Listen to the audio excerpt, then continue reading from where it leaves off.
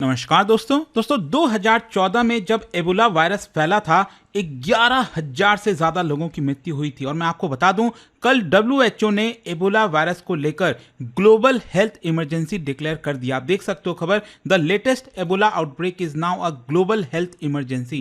Question ये आता है कि एबोला है क्या, ये क्यों स्प्रेड हो रहा है, अफ्रीका में क्या हो रहा है, भारत को क्या चिंता करनी चाहिए, नहीं, इसका इतिहास क्या रहा है, वो सब कुछ मैं आपको डिटेल से इस वीडियो में बताऊंगा।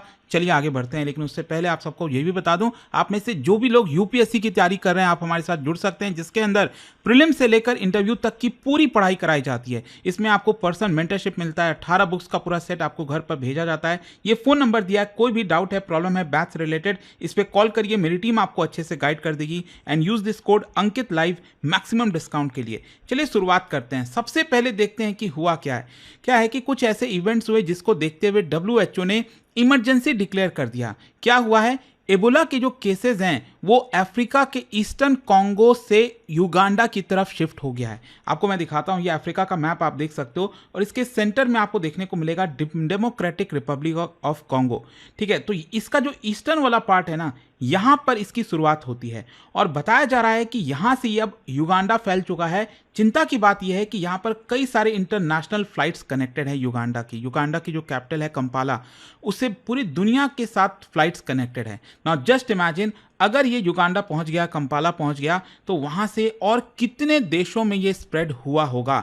और बताया जा रहा है कम से कम 80 लोगों की मृत्यु हुई है। Hundreds of suspected cases emerge हुए हैं। इन्फेक्शन जो है वो चिंता की बात है कि अर्बन सेंटर्स में स्प्रेड हो रहे हैं, जो कि बहुत तेजी से फैल सकता है। और जो एविडेंस है वो ये सजेस्ट कर रहा है कि बहुत से जो अभी ये जो एबोला के वायरस है वो अनडिटेक्टेड हैं, कई हफ्तों से चल रहे थे और अभी तक इसके बारे में पता भी नहीं था। और WHO के डेटा के हिसाब से मैं आपको बता दूं, जो लेबोरेटरी कंफर्म्ड केसेस हैं वो 8 से ज्यादा हैं, सस्पेक्टेड केसेस 250 के करीब हैं, और जो डेथ्स की संख्या है 80 से ज़्यादा है ही है। लेकिन जो कंट्रीज अफेक्ट हुए हैं अभी के लिए वो यहाँ पर बताया जा रहा है। लेकिन जैसा मैंने आपको बताया, ये कई हफ्तों से फैल रहा था और कितने देशों में गया होगा इसका अंदाजा अभी नहीं लगाया जा सकता। और यहाँ पर WHO ने खुद कहा है कि जो रियल नंबर्स हैं वो इससे कहीं ज़्यादा हो सकता है, क्योंकि क्या है कि जो रिमोट रीजन्स होते हैं अफ्रीका के, वहाँ पर टेस्टिंग करना बहुत मुश्किल है।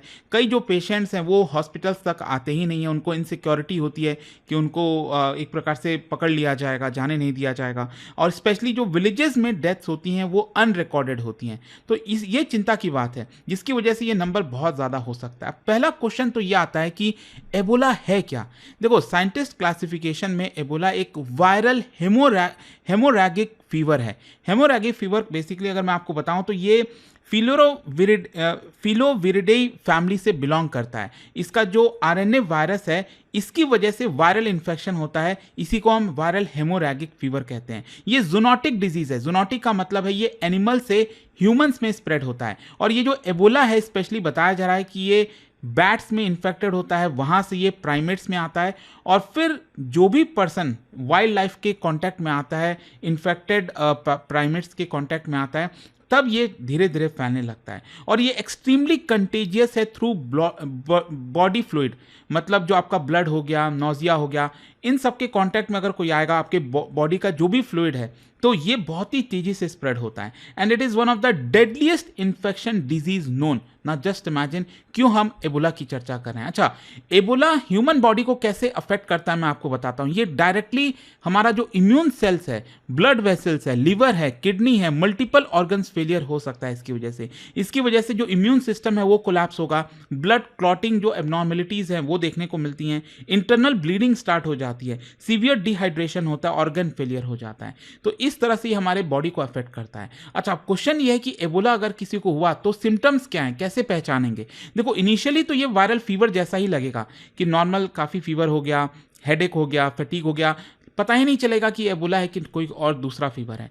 तो इसका जो एडवांस सिम्टम्स होता है, कई दिन तक इसका इलाज नहीं होगा। उसके बाद एडवांस जो सिम्टम्स है उसमें vomiting, diarrhoea, skin rashes, bleeding gums, bloody vomiting हो गया, वॉमिट करते समय खून निकलना, इंटरनल हेमोरेज हो गया, शॉक हो गया, इस तरह के सिम्टम्स आपको देखने को मिलते हैं आगे चलकर। अब क्वेश्चन ये है कि ये जो आउटब्रेक हुआ है वो इतना डेंजरस क्यों है, क्योंकि एबोला के आउटब्रेक पहले भी हुए हैं पास्ट में, लेकिन इस बार 2026 का जो आउटब्रेक है वो बहुत ही ज़्यादा डेंजरस बताया जा रहा है। इसका कारण मैं आपको बताता हूं, क्योंकि इस बार जो स्ट्रेन सामने आया है वो है आपका बुंडी बोग्यो। ठीक है, अब होता क्या है ना कि अगर आप एबोला के स्पीसीज देखोगे, इसके जो अलग अलग आपके स्ट्रेन हैं, जैसे कोविड के समय आपने देखा होगा अलग अलग स्ट्रेन आ रहे थे, राइट। उसी प्रकार से इसका जो सबसे नोन वाला स्ट्रेन है, जो कि सबसे डेडलीस्ट है, इसको ज़ायर एबोला वायरस कहा जाता है। लेकिन इसमें अच्छी बात यह है कि इसका वैक्सीन आपको देखने को नहीं मिलेगा। इसके अलावा Sudan Ebola virus, Tai Forest, Reston Ebola virus, Bombali हो गया।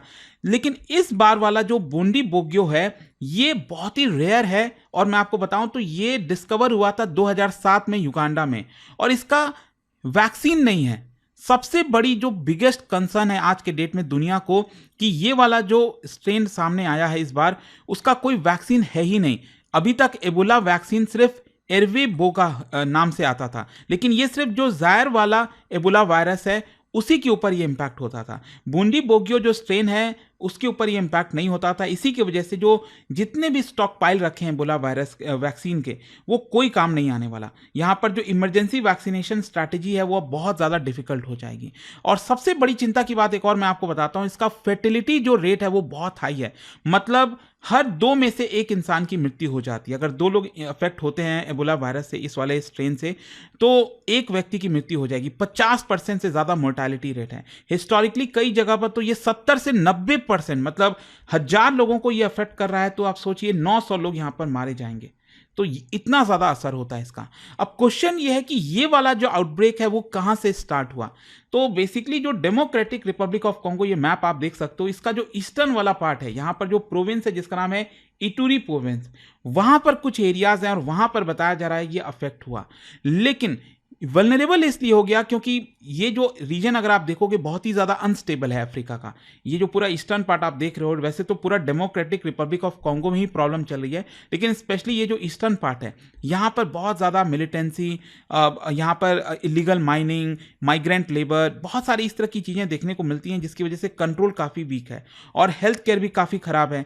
हॉस्पिटल्स नहीं है, आइसोलेशन यूनिट्स, पीपी लेबोरेटरीज नहीं है, और यहाँ पर डिस्प्लेसमेंट काफ़ी होता है। मतलब बड़ी मात्रा में रेफ्यूजीज आते हैं, इंटरनली डिस्प्लेस्ड पॉपुलेशन है, कॉन्स्टेंटली मूव करते रहते हैं। नॉट जस्ट इमेजिन, अगर यहाँ पर ये एबोला वायरस की शुरुआत हो रही है तो माइग्रेंट्स आ रहे हैं, काम कर रहे हैं, फिर चले जा रहे हैं, तो ये कितनी जगह स्प्रेड कर रहे होंगे। अच्छा, यहाँ पर एक और चिंता की जो बात आई वो ये है कि ये क्रॉस बॉर्डर स्प्रेड हुआ है युगांडा में, क्योंकि ये वाला जो प्रोविंस मैंने आपको बताया है, इटूरी प्रोविंस, इसका बॉर्डर युगांडा के साथ आपको देखने को मिलता है। और डब्ल्यूएचओ ने अलार्म रेज किया है स्पेशली क्योंकि यहां पर जो कंफर्म्ड एबोला केसेस हैं वो कंपाला, जो कि युगांडा की कैपिटल है, अगेन ये जो मैं आपको दिखा रहा था इटूरी प्रोविंस, वो यहां पर आपको देखने को मिलेगा। और ये जो युगांडा है इसकी जो कैपिटल है कंपाला, ये केसेस यहां तक पहुंच गए। और कंपाला तो कैपिटल है, अर्बन एरिया है, और ये मैटर इसीलिए करता है क्योंकि कंपाला डेंसली पॉपुलेटेड है, इंटरनेशनल फ्लाइट्स यहां से कनेक्टेड है। तो अगर केसेस यहां तक पहुंच गए हैं और जितनी भी फ्लाइट्स हैं दुनिया भर में अलग अलग दिशाओं में जा रही है, तो इसका मतलब बहुत से देशों में ये गया होगा। डब्ल्यूएचओ ने स्पेशली मेंशन किया है गोमा, किनशासा, नॉर्थ किव, तो ये कई जगह पर स्प्रेड हुआ है। और यहां पर अब क्वेश्चन जो आता है कि डब्ल्यूएचओ ने जो इमरजेंसी डिक्लेयर की है ये है क्या है कि 2005 में ये रेगुलेशन लाया गया था, इंटरनेशनल हेल्थ रेगुलेशन। इसके अंदर ये जो पब्लिक हेल्थ इमरजेंसी डिक्लेयर की जाती है, ये डब्ल्यूएचओ की हाईएस्ट लेवल इमरजेंसी कैटेगरी है इसके अंदर में। और इसका मतलब क्या होता है, अगर मान लो डब्ल्यूएचओ ने कहा है कि हम पब्लिक हेल्थ इमरजेंसी डिक्लेयर कर रहे हैं, इसका मतलब ये हुआ कि जो डिजीज है वो अब मल्टीपल कंट्रीज को थ्रेटन कर रहा है। यहां पर हमें इंटरनेशनल रिस्पांस की जरूरत है, कोऑर्डिनेशन की जरूरत है। अगर हम नहीं करेंगे तो प्रॉब्लम हो जाएगा। इमरजेंसी फंडिंग चाहिए, मेडिकल मोबिलाइजेशन ट्रिगर होना चाहिए। तो ये इसका मतलब होता है। It does not automatically mean कि ये पैंडेमिक हो गया है कोविड जैसा या फिर लॉकडाउन लगने वाला है, ये मत सोचिएगा। अच्छा, यहां पर डिफरेंस भी समझ लीजिए। जब हम कहते हैं इमरजेंसी डिक्लेयर करना और पैंडेमिक होना, इसमें जमीन आसमान का अंतर है। इमरजेंसी बेसिकली एक अलर्ट की तरह है, पैंडेमिक मतलब ये अनकंट्रोल्ड हो चुका है, ये हर जगह फैल गया जैसे कोविड हुआ था। लीगल कोऑर्डिनेशन मैकेनिज्म की जरूरत है, इसमें तो एपिडेमियोलॉजिकल कंडीशन हो चुका है। यहां पर लिमिटेड रीजन्स इन्वॉल्व हो सकते हैं, लेकिन पैंडेमिक का मतलब ये ग्लोबल ट्रांसमिशन हो रहा है। यहां पर अर्ली इंटरवेंशन स्टेज है जब हम इमरजेंसी की बात करते हैं, लेकिन इसमें जो पैंडेमिक है इसका मतलब ये हुआ इंटरनेशनल स्प्रेड मैसिव तरीके से हुआ है। तो डब्ल्यूएचओ ने ये क्लैरिफाई किया कि एबोला आउटब्रेक सीरियस तो है, लेकिन अभी तक ये पैंडेमिक नहीं है।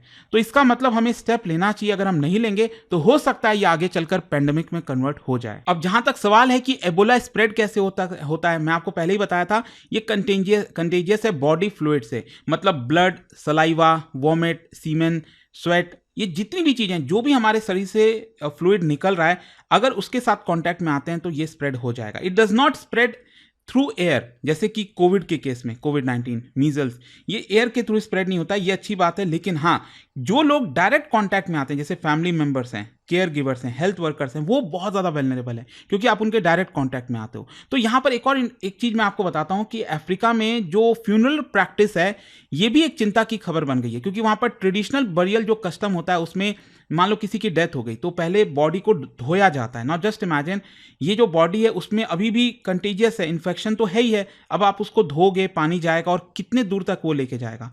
यहाँ पर जो डेड बॉडी है उसको टच करना होता है, कम्युनल मॉर्निंग रिचुअल्स होते हैं, तो इसकी वजह से ये चिंता की बात है। डब्ल्यूएचओ का कहना है कि फ्यूनरल जो है वो सुपर स्प्रेडर इवेंट की तरह बन सकता है, और यही हुआ था 2014 का जो वेस्ट अफ्रीका आउटब्रेक हुआ था। यहाँ पर स्पेशली जो हेल्थ वर्कर्स हैं वो काफ़ी ज़्यादा खतरे में रहते हैं। एबोला हिस्टोरिकली अगर आप देखोगे, बहुत सारे डॉक्टर्स को, नर्सेस को भी मारता है, क्योंकि पेशेंट जो है वो हाईली इन्फेक्शियस है।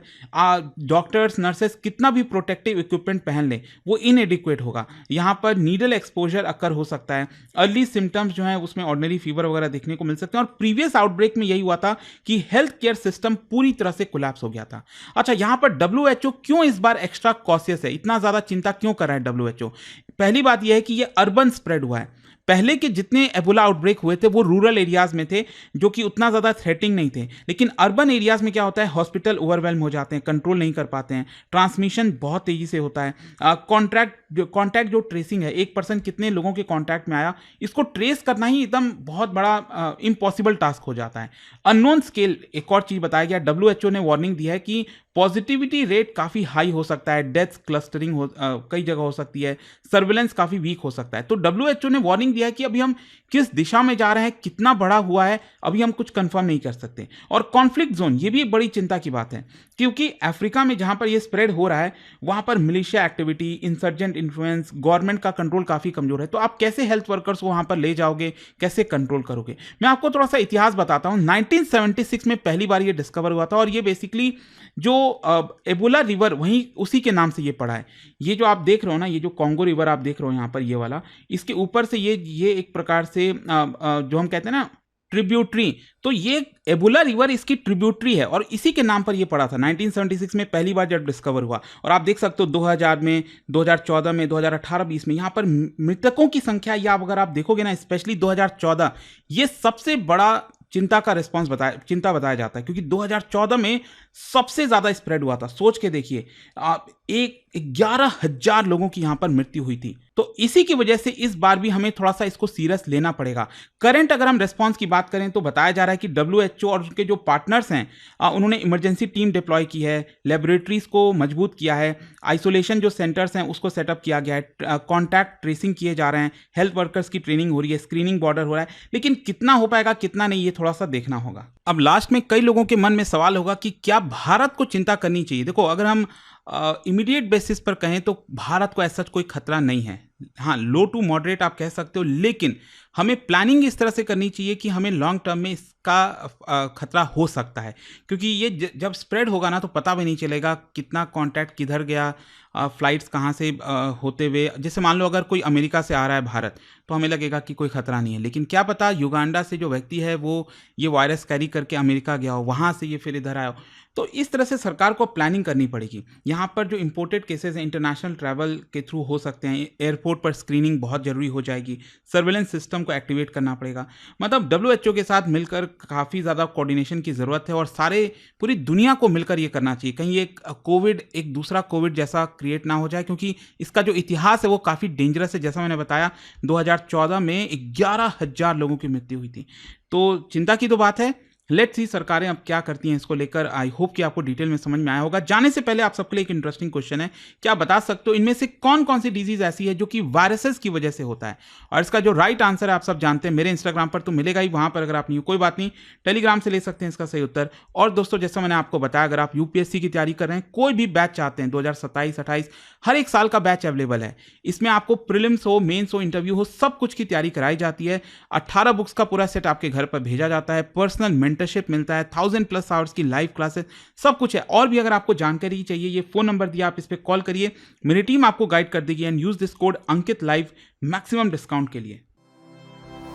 स्टडी IQ IAS, आपका सिलेक्शन हमारा मिशन।